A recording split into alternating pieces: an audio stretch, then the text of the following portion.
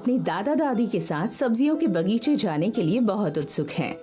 नील, नायरा, तुमने अपनी टोपियां ले ली? चलो ठीक है, अब दादा दादी के साथ सब्जियों के बगीचे जाकर मजे करना, ठीक है? हाँ माँ। हम चलने के लिए तैयार हैं। नील, नायरा, आओ चलते हैं। नील और नायरा अपने दादा दादी के साथ सब्जियों के बगीचे के लिए निकल पड़े। वो बगीचे में पहुंच चुके हैं। मिस्टर मैक, जो कि किसान हैं, नील, नायरा और दादा दादी का स्वागत करते हैं। मेरे सब्जियों के बगीचे में आपका स्वागत है। आपको यहाँ देखकर खुशी हुई। हमें यहाँ आकर अच्छा लग रहा है। हमें सब्जियों का बगीचा देखना है। हाँ, हमने यहाँ बहुत सारी सब्जियाँ उगाई हैं। चलो देखते हैं, लेकिन उसके पहले आप सबको जूते, टोपी और दस्ताने पहनने होंगे।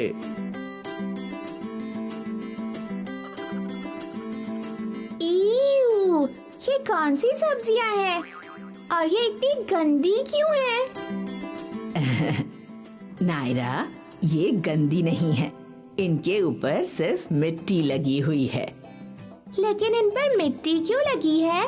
क्योंकि ये जड़ों वाली सब्जियां हैं। क्या जड़ों वाली सब्जियां? जड़ों वाली सब्जियां मतलब? जो सब्जियां जमीन के नीचे उगती हैं, उन्हें जड़ों वाली सब्जियां कहते हैं, या फिर जमीन के नीचे उगने वाली सब्जियां कहते हैं। ओह, क्या सारी सब्जियां जमीन के नीचे ही उगती हैं? नायरा, कुछ सब्जियां ऐसी भी होती हैं जो जमीन के ऊपर भी उगती हैं, और कुछ होती हैं जो जमीन के नीचे उगती हैं। मतलब ये सारी सब्जियां जमीन के नीचे उगने वाली सब्जियां हैं। हाँ नील, ये हैं आलू, प्याज, लहसुन, अदरक, चुकंदर, गाजर और मूली। चलिए अब खेत में जाकर देखते हैं कि ये सब्जियां कैसे उगाई जाती हैं।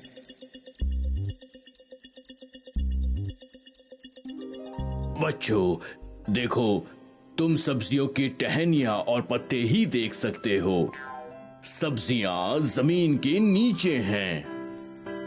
वाव, ये तो कमाल है। मैं इन्हें जमीन से बाहर निकालता हूँ, तभी तुम देख पाओगे कि वो जमीन के अंदर कैसी दिखती हैं। मुझे भी सब्जियां जमीन से बाहर निकालनी है। हाँ नायरा, क्यों नहीं, ये सब्जियां जमीन से बाहर निकालने के लिए तैयार हैं। नील और नायरा को सब्जियां जमीन से बाहर निकालने में मजा आ रहा है।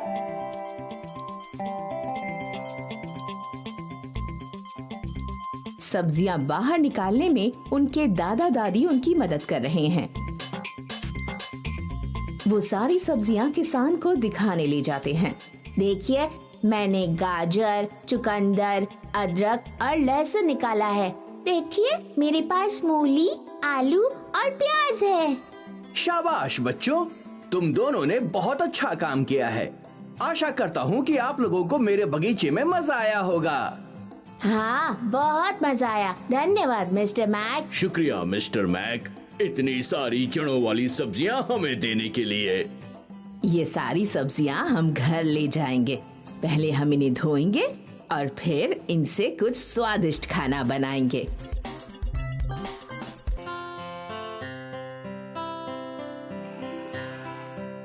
यम, ये पेस्ट्री बहुत टेस्टी है।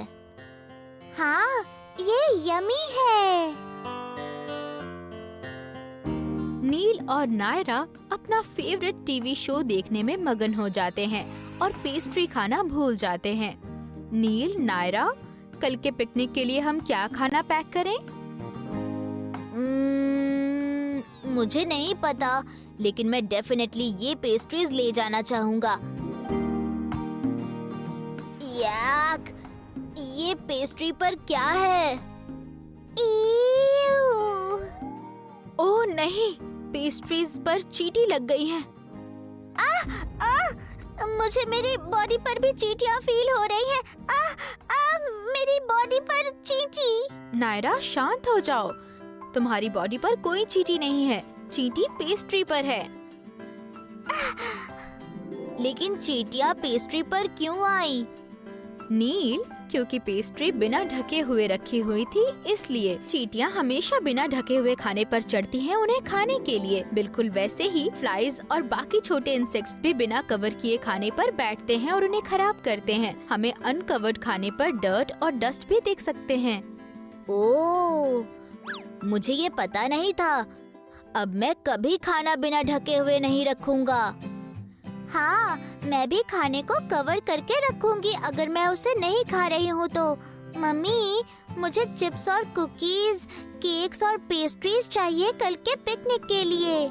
हाँ नायरा, मैं इनके कुछ पैकेट्स रख लूंगी, लेकिन उनको खाने से पहले तुमको सारे फ्रेश फूड्स जैसे फ्रूट्स खाने होंगे जो मैं लेकर चलूंगी। मम्मी, मुझे सैंडविचेस भी चाहिए। हमारे पास सिर्फ 2 ब्रेड के स्लाइस बचे हैं जो कि अब खराब हो गए हैं। ब्रेड पर ब्लैक स्पॉट्स, जिन्हें मोल्ड कहते हैं, वो आ गए हैं। खराब ब्रेड, मोल्ड्स, ये क्या होते हैं मम्मी? खराब ब्रेड या खराब खाने का मतलब है कि खाना अब नहीं खाया जा सकता। मम्मी, हमें कैसे पता चलेगा कि खाना अब खराब हो गया है? ब्रेड्स या एवोकाडोस पर ब्लैक स्पॉट्स, टमेटोस की खराब स्मेल, पिचके हुए ग्रेप्स और आलू की क्रीज्ड स्किन से उनके खराब होने का पता चलता है। समझ गए?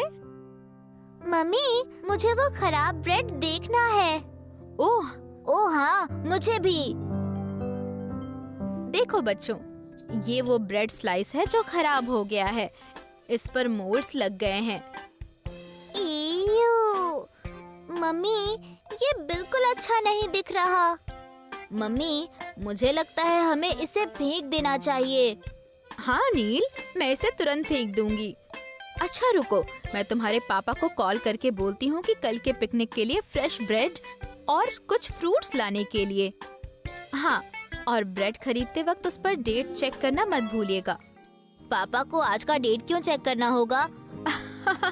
नील, मैं एक्सपायरी डेट के बारे में बात कर रही थी। तो बच्चों, हर फूड आइटम के पैकेट पर उसकी मैन्युफैक्चरिंग डेट और एक्सपायरी डेट लिखी हुई होती है।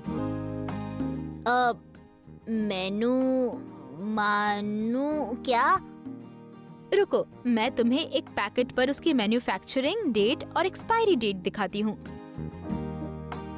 देखो बच्चों, ये है मैन्युफैक्चरिंग डेट, जिसका मतलब है डेट 16, मंथ जनवरी और ईयर 2022, और ये एक्सपायरी डेट है जो कि है 16 मार्च 2022। तो मैन्युफैक्चरिंग डेट का मतलब है कि इस डेट पर प्रोडक्ट बनकर पैक हुआ था, और एक्सपायरी डेट का मतलब है कि इस डेट के बाद फूड आइटम को यूज नहीं करना चाहिए और न ही खाना चाहिए। ओह हाँ, मैन्युफैक्चरिंग डेट है 16 जनवरी 2022 और एक्सपायरी डेट है 16 मार्च 2022। तो इसका मतलब है 2 महीने बाद हमें ये नहीं खाना चाहिए। हाँ नील, सही कहा तुमने। मम्मी, मुझे याद है आपने कहा था ब्रेड का फ्रेश पैकेट। फ्रेश क्या होता है? फ्रेश फूड का मतलब है कि खाना अभी कुछ ही घंटों पहले बना है और पैक किया गया है। जैसे जो फूड तुम्हारे लंच बॉक्सेस में तुम लोग ले जाते हो, वो फ्रेश बना के पैक किया गया होता है। ओके। बच्चों, क्या तुमको पता है कि अगर वो फूड बहुत देर तक नहीं खाया गया तो वो खराब हो जाता है? सच में? कौन सा फूड खराब होता है? आओ, मैं तुम्हें दिखाती हूँ। फ्रूट्स और वेजिटेबल्स फ्रिज में 2 से 5 दिन तक फ्रेश रह सकते हैं। ओह! लेकिन कुछ ऐसे फूड्स भी हैं जो 3 दिन में ही खराब हो जाते हैं और जिन्हें फ्रिज में नहीं रखा जा सकता, जैसे बनानास। देखो वहाँ सिंक के पास जो बनाना रखा है, देखो ये एक खराब बनाना है।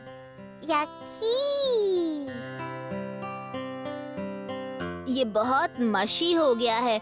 लेकिन मम्मी, अगर हमने खराब खाना खा लिया तो क्या होगा? बच्चों, अगर हमने खराब खाना खाया तो हमारे पेट में दर्द, फूड पॉइजनिंग, डायरिया और उल्टी हो सकती है। मम्मी, ये तो बहुत स्कैरी है। मैं हमेशा फ्रेश फूड ही खाऊंगी। हाँ नायरा, हमेशा ये भी याद रखना कि खाने से पहले फ्रूट्स और वेजिटेबल्स को धो लेना चाहिए। Okay mummy. अब चलो सब लोग, हम कल के पिकनिक के लिए पैकिंग करते हैं। हाँ मम्मी।